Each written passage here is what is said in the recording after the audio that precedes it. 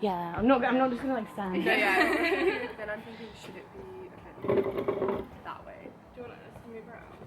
Well, more this way or that way? Because I feel like there's a lot of space here. I'm gonna get Samir to sort out. Oh, okay, that's good. I literally just checking that. Yeah, I literally can't be fucked. That's fine. Okay, well, in the nature of being formal, I guess, for the first half of it, we are the hot.mess.proj. I'm Mindy. This is Jess. We have people from Textiles Society, Lily and Edie. I'm really glad to have you guys on the show. Is there a show? I don't know. Yeah, well, this is the first one, so like, you know, bear with us if there's like the Oxford Half Marathon you can hear in the background. But yeah, just to start things. Ooh, this table's a little bit big. Just to start things off, what is OxTextiles all about? What like drew you to it? What do you guys do? A little bit of free promo here. If you got anything in your time. Yeah. Well, Textiles Society, effectively it's like a social group for people who do any sort of textiles, so crochet, knitting, embroidery, kind of a bit of friendship bracelet making. It's quite diverse. And we've now tried to sort of diversify further with doing interviews. And also working with other societies, and thrift cycling I think we've got coming up. So yeah, it's sort of like a social hangout for people with similar interests. And it's very like hands-on, creating a lot of stuff. Yeah. And do you, like, I mean, you guys are both biochemists, sorry.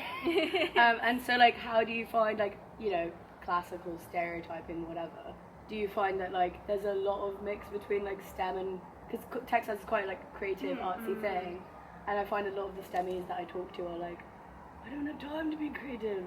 But obviously you guys are, like, 4th years, so you must be, like, pretty busy doing that. I think it's a good like balance away from STEM To have a creative outlet. Like a creative outlet. But also, I find that with like biochemistry, it's quite hands-on, like working in the lab, and I think that really fits with like doing kind of crafts, textile stuff, using your hands, you know, like doing repetitive tasks. It's kind of similar to like pipetting loads, things like that. And I found that like working in labs, there's a lot of people who crochet, so I think there's overlap. But there's an overlap between the crocheters and the chemists. Yeah, exactly. That's really interesting. And so, like with textiles, because I don't know, in my mind, I'm like fucking useless when it comes to wool. I can like knit a square.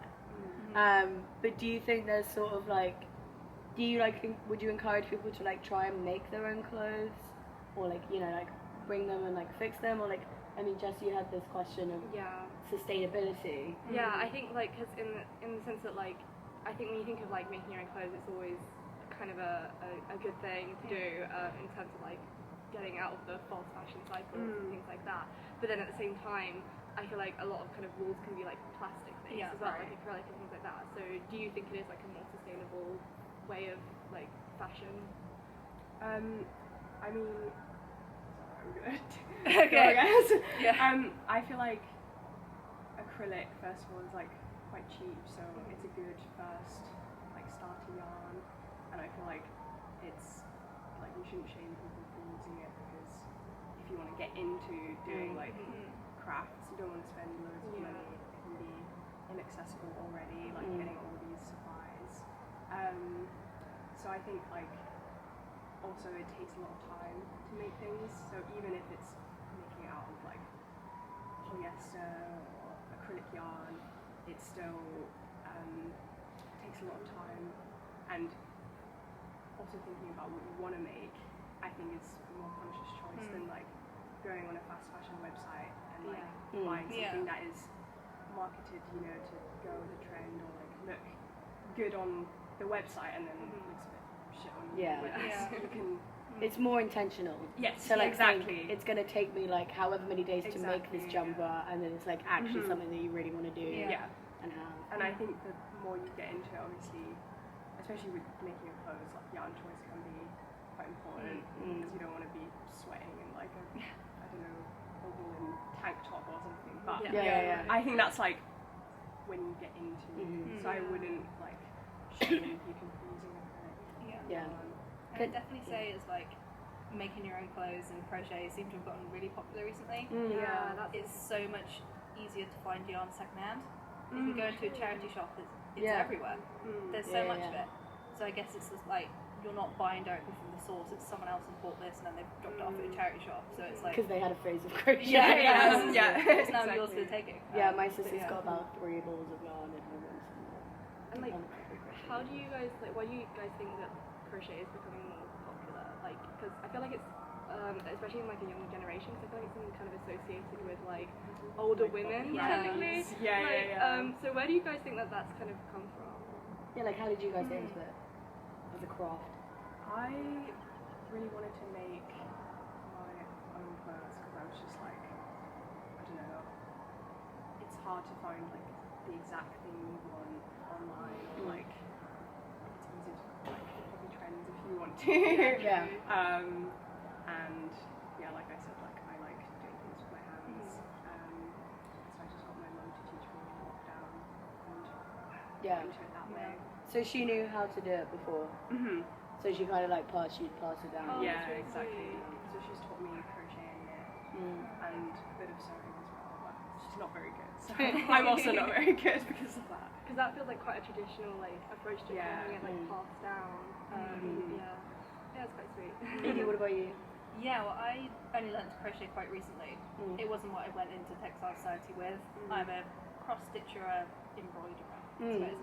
And it was something I did as a kid, and then I got a mobile phone at the age of 13. Yeah, exactly. So you sit with that for ages, and you sort of hit a point where it's like, there's nothing more, like the excitement is over. There's nothing more I can do with this. I'm just sort of on it. Yeah. So I thought, well, I've got all of these old kits lying around. I've never chucked them out. Why not just pick them up again?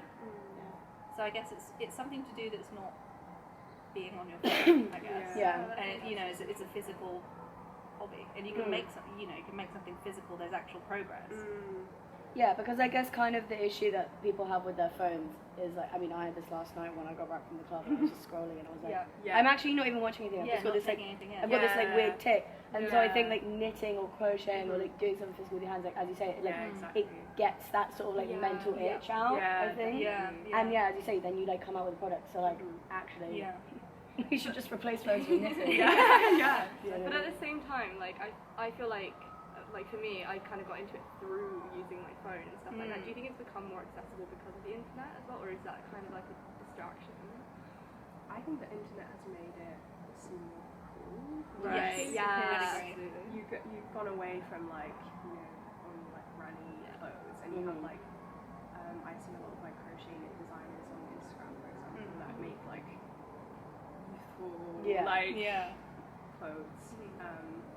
So I think it's definitely made it more accessible and like appeal to like a younger generation as well. So that's probably also contributing to the rise of crochet as well. And then kind of like on the line of trends and stuff, I was thinking about this morning, and thinking about like autumnal trends and like the dark academia thing, or like thinking about older ladies, isn't there like a granny seaside granny call or something? And like kind of the question of like, there's like the whole thing of like trends and stuff. How I was just kind of thinking like, is it a trend or is it just seasonal dressing? Especially with something like dark academia, like you wear big coats and you wear a scarf. And so like when people like hop on a trend, should they really just be thinking more like, I'm actually just wearing something for the season, instead of getting into this like whole mindset like I must be on the trend. Right. I guess the difficulty is it's sort of two separate entities, because I can dress for the season, but the introduction of a trend means I need the coat that fits the trend. Because I can, it's cold outside, I will wear a coat, but I need to wear the seaside granny coat. Next year I need to wear the dark academia coat. It's sort of, I feel like a lot of trends are just influenced by, I don't think I've been on like a social media post that's about a trend once and there's not been a product linked to it. I've started getting so much more ads on my TikTok, and it's just like, they're like, you must buy this, and now it's like £2, and I'm like, how is that even possible? That feels unethical.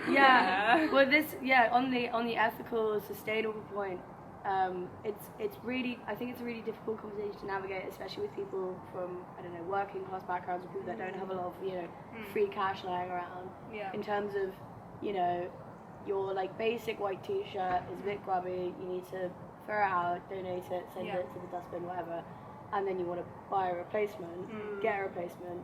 There's the second-hand option, there's making your own if you are so inclined and talented enough, or there's buy from an ethical brand. However, on going to those ethical brands, they're so fucking expensive. Yeah. And it's like, I don't know, you probably know more about the like physical making of the clothes than I do, but like, does it actually cost that much to make like a t-shirt out of bamboo or whatever the fuck it is? Do you know what I mean? I think it depends what you count, because like a sewing machine, very expensive. Yeah. So like it depends. I think that's why like the tradition of passing down like crafts makes crafts a lot more accessible, because like you don't have to buy machine books and stuff. So I think it depends. And then also I would say like jumpers, for example, will cost like way more than what you buy from H&M or something. So So then do you depends what you're think making. we kind of need to shift our perspective to the kind of like less is more, actually, because I saw some like ridiculous statistics, like every British person throws out about a suitcase size worth of clothes every year, or like buys that equivalent, and the kind of, you know, maybe it's more of a cultural thing as opposed to like a fashion thing necessarily, of like you must have a different outfit for every occasion if you're seen wearing the same thing twice. Death. You know, exactly. But actually, like nobody's really that aware of what you're wearing most of the time. Like I might think like if I see you again in that scarf, I'll be like, oh, I remember that scarf. But I'm not gonna be like, kill her, she's wearing that scarf. Do you know what I mean? Yeah. So I guess, what do you think would be some advice for people like moving forward in terms of like if they want to be more ethical in their consumption of clothes? Is the answer to just buy less, or like not buy at all, potentially? I mean, my answer would be try to make your own, obviously. Yeah. I would say that. I think thinking about what you can do with the clothes you own. Like, I have a lot of clothes that I probably just feel like I haven't worn much, and instead of throwing them away, you can think about like, what could I do to this to make it wearable again, rather than like just throwing it all out, buying something new. My sister had a whole phase of turning her like old grubby pajama tops into like halter necks and stuff. Yeah, exactly. Which I have worn. They are quite cute, but she only was able to do that with a sewing machine, because we got our granny's old sewing machine. But I think also the thing of mending is probably a good question. If like one of my next door neighbours, Sadie, has recently learned how to darn. So she's like, please, I really like it. Like, give me some of your old socks. Give me some of your socks. Give me the hole in your trousers, and I will fix that up. And also, I've been seeing a lot of like fashion people. What's the term? On TikTok doing like fixing things in like cool and unique ways of like, you know, what are they called? Like the whole stud things. I can't remember what they're called. Somebody told me. But those things, I know what you mean. or like buttons, like they've got a hole and then they just cover the whole thing in buttons, or like, you know, making the darning like a rainbow pattern or something like cool. So I think maybe it's thinking less about I need to follow a trend, so I'm kind of like everyone else, and like fixing your clothes and making your own clothes to be more individual, a bit more like personality, I guess, if you will. And I think once you have personality in your clothes, you're less likely to like throw them away as well. So it's probably contributes to the buying less. Actually taking care of your clothes. But like at the same time, do you think that these kind of trends and like cores and stuff, do you think that can like help people find their personal style, or do you think it's kind of like pigeonholing them into like one kind of aesthetic? I guess if you have the mindset that you have to stick to a core, it would pigeonhole people. I don't know. Yeah, it's like I struggle with the idea that it's a pigeonhole, because how long does a trend last for, right? Yeah, You're going to end up agree. in similar ones, but they're all going to be ever so slightly different. Yeah. And it's like, I mean, I believe you can do it without having to engage in trends. Yeah. You know, I believe I fully dressed like a career woman at 13. It didn't look great, but We all have that phase though when you're kind of trying out Yeah. different outfits and you kind of dress like someone's granny at Ascot or something. Yeah, Like, yeah. not really sure what's going on here. I think a lot of people I know, including myself, had like the skins phase and like just looking grubby. I think basically. basically the 2020 like TikTok trends were kind of an era. Low-rise jeans. Oh yeah. They're just not made for everyone, and that's Yeah. okay. Kind of on that note of low-rise jeans, are there any trends or styles that you see promoted that you think are potentially harmful to women's self-image or like men's as well? Like, are there certain things that you're like, this is being heavily promoted, and you know, somebody young might be like, oh well, this is the thing to have, but it doesn't look quite right on me. Is there like still body positivity going on? I feel like in the last, there was like a big surge in seeing lots of like plus size models, and then we've kind of receded. recently, back. yeah. Yeah. I mean, I guess that falls back in the line of, I mean, the struggle is that most social media, I would say, is run by conservative groups / people. So like that is the moment. Yeah. You're moving away from body positivity because you've got people like Elon Musk, Mark Zuckerberg, who run all of these things. Low-rise jeans, I suppose. I generally struggle with the idea of just dressing very young, if that makes sense. I struggle with like the sort of kiddie, any sort of trend. I can't remember the word for it. That's going to really annoy me. What is it? Like the dolls dresses Yeah. and that stuff. Oh, right, Like, yeah, like you coquette know what I kind mean? of Yeah. thing, yeah. It's like, I struggle with it to an extent. But I think that's because I sort of perceive any sort of trend as sort of latching on to, come on, Yeah. you should be within the group, you should do this, and I think it engages quite sort of a traditional mindset potentially for women, where it's like you have to be within this group, you have to dress like this, etc. I don't massively know about for men. I don't get that promoted to me, funnily enough.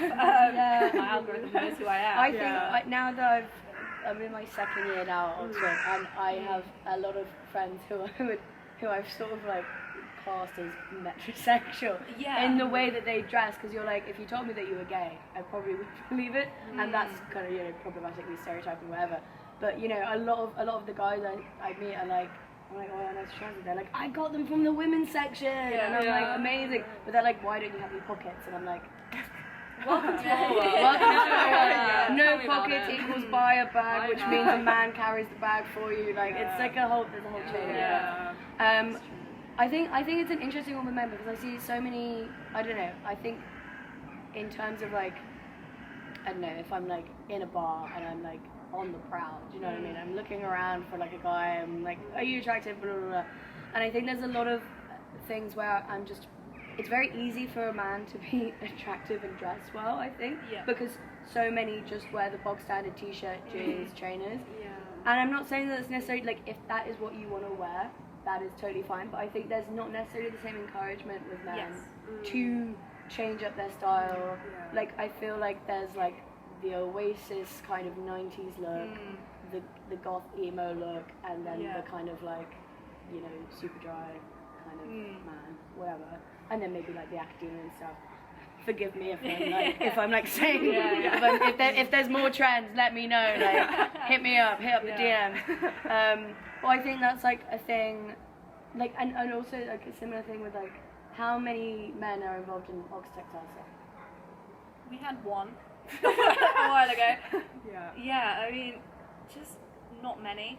I would say on the basis of, like, especially potentially trends in male fashion, I would say it's sort of the opposite. It's almost discouraged. Yeah, it's like, stay in the lane. Yeah, do your thing, don't try and dress up too much, clothes are not your thing. Like, just, you know, shirt and jeans, that's how it is. Yeah, I find it definitely interesting coming here. So I'm from West Mid, so it's like you go home and it's like shirts and trackies everywhere. Yeah. Which is fair play, but it's a sort of a different culture here. I think that sort of reflects in the political environment as well. It's sort of quite heavily linked to each other, I would say. Yeah, I think there's definitely like a, value judgment that I make when I go into a bar and I see someone in a quarter zip and chinos and then someone in like baggy jeans and a t-shirt, and I'm like, okay, I can kind of deduce what your political leanings are just from the way you dress. That might be completely wrong once I've had a chat with you, but you can kind of like tell people's socioeconomic status or like political leaning straight off the bat. And it's the kind of thing of like, do we encourage people to dress the way that they want to be perceived, or is it the kind of actually people should just kind of wear what makes them feel comfortable, even if that's not necessarily representative of their personality? I don't really know what kind of question I'm going to ask that, but do you know what I mean? Yeah. It's a difficult Yeah, one. I'm like, I feel like you said a lot of things. So I'm trying to sort through everything.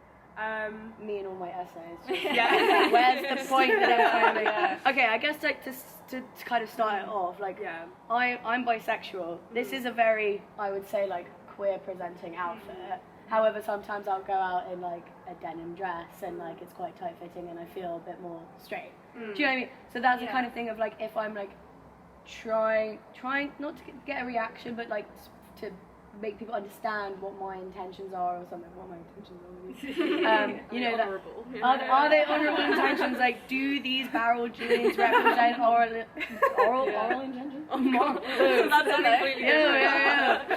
The hot mess does not condone. I mean, actually, we do, but like, but like, yeah, that kind of thing. I think it's interesting. You know, like talking to people. I've talked to a lot of men. I'm like, why the Justin Bieber t-shirt? Add more. But you know, like, and I think a lot of the guys I know, they're like, oh, the way I got into the style that I do now was because I was being silly, as opposed to like they were trying to do something. Right, yeah. So maybe that's like a kind of slightly different kind of way of things.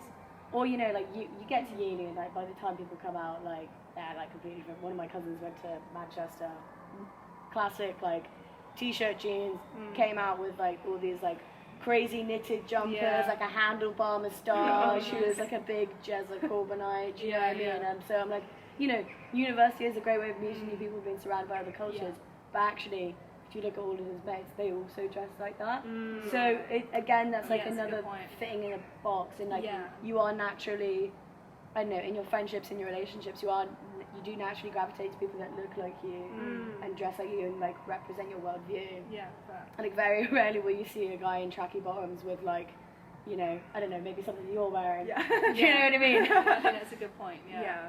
So, but do you not think it's natural to want like a group that you fit into? So yeah. No, I think that's definitely part of it, of like, you know, feeling safe, feeling comfortable, like knowing that, you know, whatever you're wearing doesn't look too crazy because everyone else is wearing a similar thing. Yeah, I think like my question for that would be like, do you think that people dress like, or like previously I think people used to kind of dress a certain way because they lived in a certain era, they had certain political beliefs or something like that, but do you think now it's more like, I want people to think that I act and am this way, so I dress this way? Like, do you think it's kind of turned around a little bit? Like, has it actually turned into more of a social perception thing as opposed to like like actual expression of yourself? It's more about like, I want people to think I'm associated with this group, so I dress this way, rather than I'm associated with this group, so I dress this way, you know? I feel like it's hard to tell which comes That's first. true. Yeah, It's like chicken and egg, you know? It's like, maybe, exactly. I mean, I guess like the whole performative male trend has come into the cards recently. I don't think I mean, kind of like tangentially, but like on, like if you think of like, I don't know, the Black Lives Matter protests like a couple of years ago, and like Kendall Jenner or whoever it was seen at the protest taking pictures, blah blah blah, and there was a lot of hate on that because they were like, oh, she's obviously just doing it for the photo op. However, you know, people have seen her there, people that maybe are her followers but don't know about it, are then like made aware about it. And so with the performative male style, it's kind of the whole word performative kind of implies that they are not genuinely interested in Simone de Beauvoir, perhaps. But you know what I mean? Feminist literature. Yeah, they're feminist They're literature. 6'7", by the way. Like the wired headphones. You know what I mean? The matcha latte. Shout out the wired headphones baddies out there. We know who you are. We know who you are. But like, it's kind of my question to that is like, is it necessarily bad that men are dressing in a performative way? Because it's performative for women, is what I'm assuming, as opposed to like they're not performing for each other. Yeah, I think it depends on the intention. I guess it's like if this is how you want to dress, go for it. But if you're dressing like this because you think it makes you more available, or you think you can bring, you can find potentially a woman who would be interested in that, and then that's not you. Yeah. I don't want to use the word honey trap, but it is kind of like you're giving an impression of yourself that might not be true in the hopes that you can then attract someone who wouldn't get with you anyway. Yeah. If that sort of makes sense, but But then I was going to say, like, are we not all performing in a way? Like you said, like sometimes you might be more representing and sometimes more presenting. So like, it's hard to say like someone is. I guess there's like no right answer. But I mean, there's probably lots of people that I would assume is performative man, but like not intending it to be that way. Do you know what I mean? I think there's also like a possibility that it will become kind of like sincere. Like you see this trend and then you're like, oh, I actually like I want to dress this way. Like I want to do it properly and stuff like that. So it could actually be like a good thing in the end. But I mean, it's just kind of like with any sort of like part of social cultural sphere or whatever, and it's like, your friend is listening to Radiohead, you're like, oh, I'll give it a try. You have like a bit of depression for 3 months, and then you move on to the next thing. Like a lot of people who were Radiohead fans and were probably at the Ethel Cain concerts this week. Do you know what I mean? So I guess it's kind of like like everything is like moving and changing all the time, and so I think I guess it's kind of fine if you want to be performative now or performative woman. Do you think there's like an equivalent for women? Because I feel like a lot of women especially, I mean, I know like in myself, like I'm performing for somebody's gaze at some point, like depending on the mood I'm in, do you know what I mean? Sometimes I don't want to be perceived at all, and I'm like, don't look at me. Amorphous blob. Amorphous blob, like big knitted jumper. But like, so with the performative male, like I'm seeing mullets, I'm seeing a bit of a tash, I'm seeing like a nice Uniqlo jumper, maybe like some tailored women's trousers probably, or like some nice cut jeans, obviously the white headphones, the tote bag, matcha or beer in hand, or both, and the feminist literature that comes and along your with Claro record as well. Not the Claro. Joseph Stern, shout out. So that's kind of like what is the performative male style of the minute. Do you think there's like an exact female equivalent? I think it's kind of hard because like there's so many. I feel like there's a lot of different styles that women wear that are performative to the male gaze. But I don't know if there's like a direct contrast. Like, has the performative male style come out of female fashion trends potentially? There's just way too many. I feel like it's almost kind of become like, performative male gaze for women is almost like a baseline. Like that's kind of what you do when you like. It's kind of so ingrained in like culture that there isn't like a. I think it's striking when men do it because it's like they're not expected to. Whereas I feel like for women it kind of almost is. So that's why you need all these different trends and calls and whatever. Whereas I feel like for men it's like. Yeah, I think probably the performative male trend is like the first time the guys maybe necessarily worn something and been like, oh, I hope that so and so likes what I like. Or that maybe I'm being disingenuous, and probably guys do think about that more than I think. But there's also, I see this all the time in like club bathroom toilets. All the girls pile in, and like you're chatting to people that you've never even seen. You're like, oh my god, I love your outfit. And maybe I'm like drunk and I don't actually mean it, but like just being nice. Whereas guys, even if they're mates, they go into the bathroom cubicle, they come out and it's like, silence. Silence. I mean, pissing in a urinal must be an intimidating process. But like, there's like never, you look nice today. I don't know. I just feel like, again, it's something that's discouraged.